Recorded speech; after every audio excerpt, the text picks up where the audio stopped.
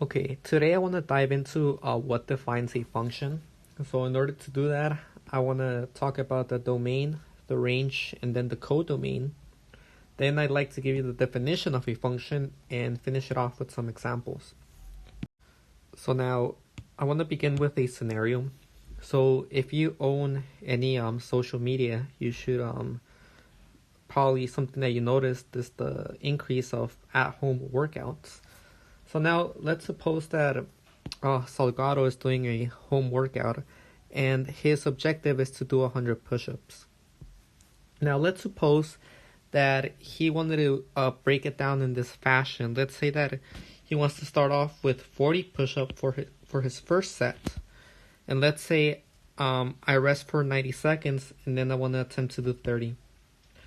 And then I get another 90-second rest and then I do 20.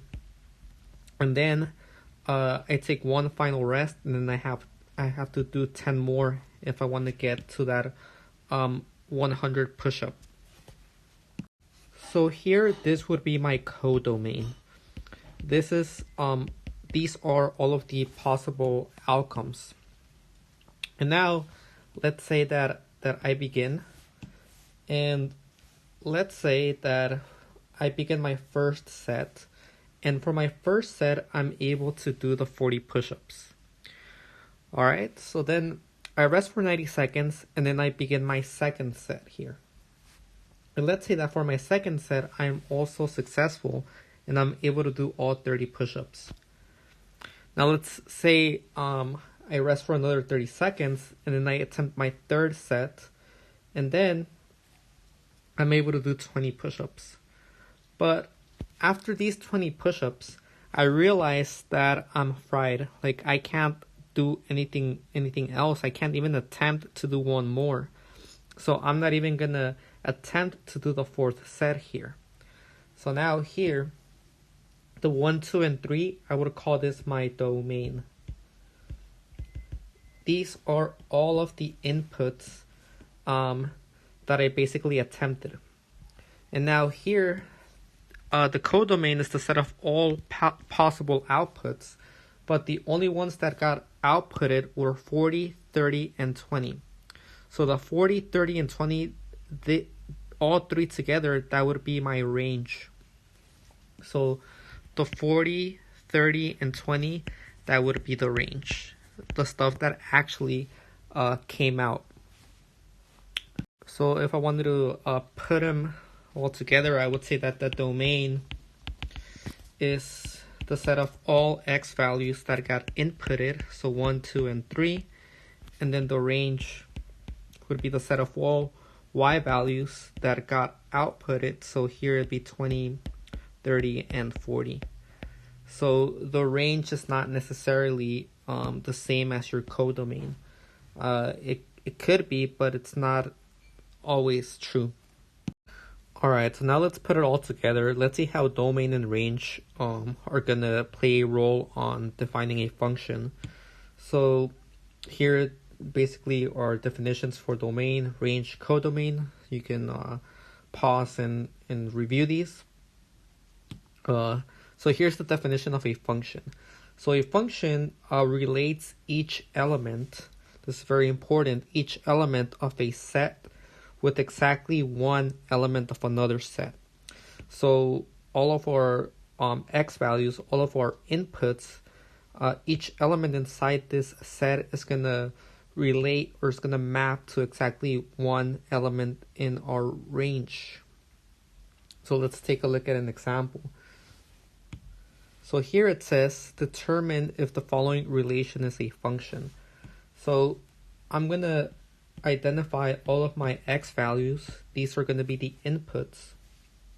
So here's my domain here. So I have 1, 2, and 3. Then I want to get my y values here. So my y values are going to be 2, 5, and 7 here. So we have 2, 5, 7. And now we're just going to read the relationship. So let's begin with the first coordinate here. So what this coordinate is saying is that 1 maps to 2. So here, 1 maps to 2. the next coordinate is telling me that 2 maps to 5. So here the 2 is going to map to 5. And then finally, 3 maps to 7. So here this 3 is going to map to 7. And now let's take a look at the definition of a function. Each element of a set is related with exactly one element of another set. So if we take a look here, this x relates to one element in y, this x relates to one element in y, and the same thing happens at the end. So here we would say that this is a function. Alright, so now this is the most basic example that you can ever come across with. So here I want to reiterate 2 important things. So now each element means that every element in x is related to some element in y. So you can't have just an x just lingering in your set. It has to map to something. Exactly 1 means that a function is single valued. It will not give back 2 or more results for the same input. So let's take a look at what this means. So for example, it says determine if the following relationship is a function. So now since I'm more motivated into figuring out if this is a function or not, I'm not going to care about putting my x values in order, my y values in order. I don't care about that right now. Unless if they specifically ask you to do so, then you don't have to do it. So here, my x values are going to be -2, -1, 2, and 3. And my y values are going to be 4, 3. I have a repeat of 4, so I'm not going to write it again. But I do have a 5 now. So now let's read the relationship. Let's begin with the first one. So here, -2 maps to 4. So we have a -2 mapping to 4. Our second coordinate says that -1 maps to 3. So here, -1 is going to map to 3. The third coordinate says that 2 maps to 4. So let's map 2 to 4. And then we say that for the last coordinate, 3 maps to 5. So here, 3 maps to 5. Alright, so now we have to determine whether or not this is a function. So let's read the first statement here. Now each element means that every element in x is related to some y here. So notice that each element in x points to one y here. So this 2 points to a y, this -2 points to a y, this -1 points to a y, this 3 points to a y. So perfect. All of my x values point to some y value. That's what this first part is saying. Now for the second part, it says that exactly 1 means that a function is single valued. It will not give back 2 or more results for the same input. So here, basically what that means is that these x values can only point to one specific y value. So for example, here the -2 only points to 4.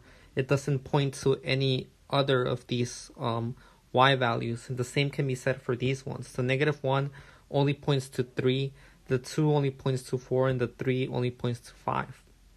Now to make that more explicit, so because I am aware that that's still probably a little bit confusing, let's check out this second problem.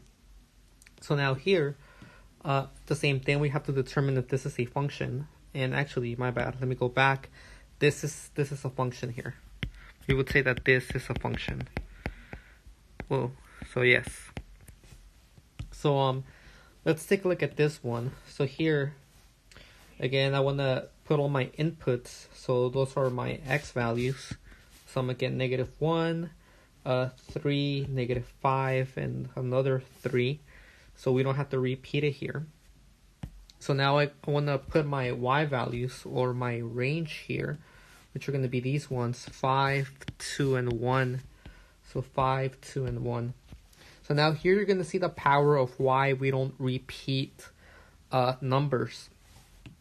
It's going to be, useful to us in identifying whether something's a function or not. So here we have the -1 maps to 5. So here -1 maps to 5. Then we have that 3 also maps to 5. So far we haven't encountered any problems. Then we say that -5 maps to 2. So again, it looks like we're in great shape so far. And then our last value says that 3 maps to 1.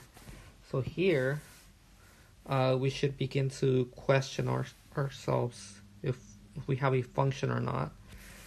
So the difference here is that, look, we are disobeying this second rule here, because this x value actually points to 2 y values. We get 2 different outputs, and that cannot be possible. Each element means that every element in x is related to, well, I should say 1 element in y. So, well, actually it's re-emphasized here in the second part. Exactly 1 means that a function is single valued. It will not give back 2 or more results for the same input. We just broke this rule here. The 3 points to 2 inputs. It can only point to 1. So here we will say that this is not a function. Alright. So just some things to remember. Many to 1 is okay. So here what this means is, like, let's say I have a 1, I have a 2, and I have a 3 and a 4, and let's say this is my set of x values for my inputs, and let's say I have a 7 as my output, and let's say that 1 maps to 7, 2 maps to 7, 3 maps to 7, and 4 maps to 7. Now this is fine, this is okay, because as you can see, each x value relates to 1 y value. Each x value only points to 1 element of y. So many to 1 is okay. Now 1 to many, that's where it's not fine. So for example, let's say I have this time 1, 3, and 5, and let's say for my range I have 2, 5, 7, and 8. So here, let's say 1 maps to 2, 3 maps to 5, 5 maps to 7, but then 5 also maps to 8. So here, this is not a function, because this element maps to only 1 element of y. This element maps to only 1 element of y. But then this element maps to 2 elements of y. It points to 2 y values. It can only be pointing to 1. So we would say this is not okay. And this is pretty much all you really need to know. So let's do one more example. So let's do a table. So here my domain is the set of all x values for my inputs. So we have 1, 2, 3, 4, and then we have another 2. So we're not gonna put it in here anymore. So now for my y values, or the range, we have 1, 3, -3, 8, and then we're not gonna repeat that final 1. So now let's start mapping things and see if whether we have a function or not. So 1 maps to 1, 2 maps to 3, 3 maps to -3, 4 maps to 8, and it looks like 2 maps to 1 here, and then here we have a red flag. This x element here maps to 2 elements of y, so we can deduce that this is not a function. Alright, so try the problems out. If you have any questions, please message me, email me, and I'll do my best to give you feedback as soon as possible.